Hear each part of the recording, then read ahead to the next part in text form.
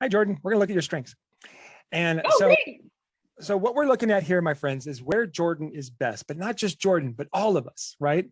So the first thing to know is that this section right here, right about up to around here, is what I call the high energy.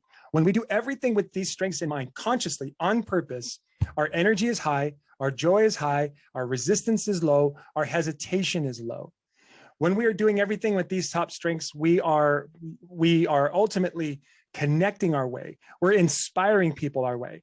We are making sure things are done the right way in our own way. And of course, we are also thinking and learning and being creative our own way. Our style is here in the top 10.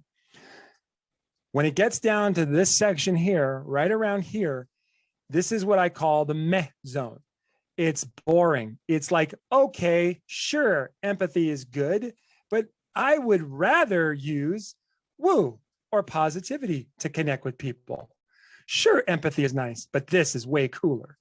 So between around 14 and 16, somewhere in that area, right, things become no energy. And so there's not a whole lot to it.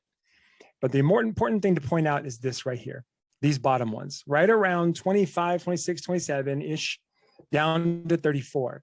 These are where we go when we doubt who we are is enough, or we worry that we're too much.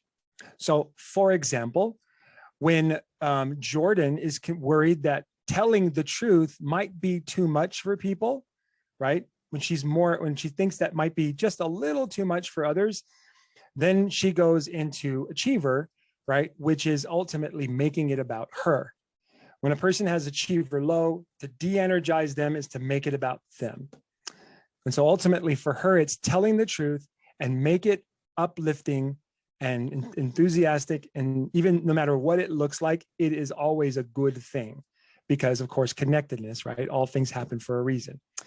The bottom line is, my friends, is that when we stay in these high zone right here, this is where we are best with everything we do. So the deal is that we've only been doing this subconsciously. Some of us are so good at doing what we do, we don't even think of them as strengths anymore. How many of you all have a strength in your top 10 and you're like, I don't get how this is a strength?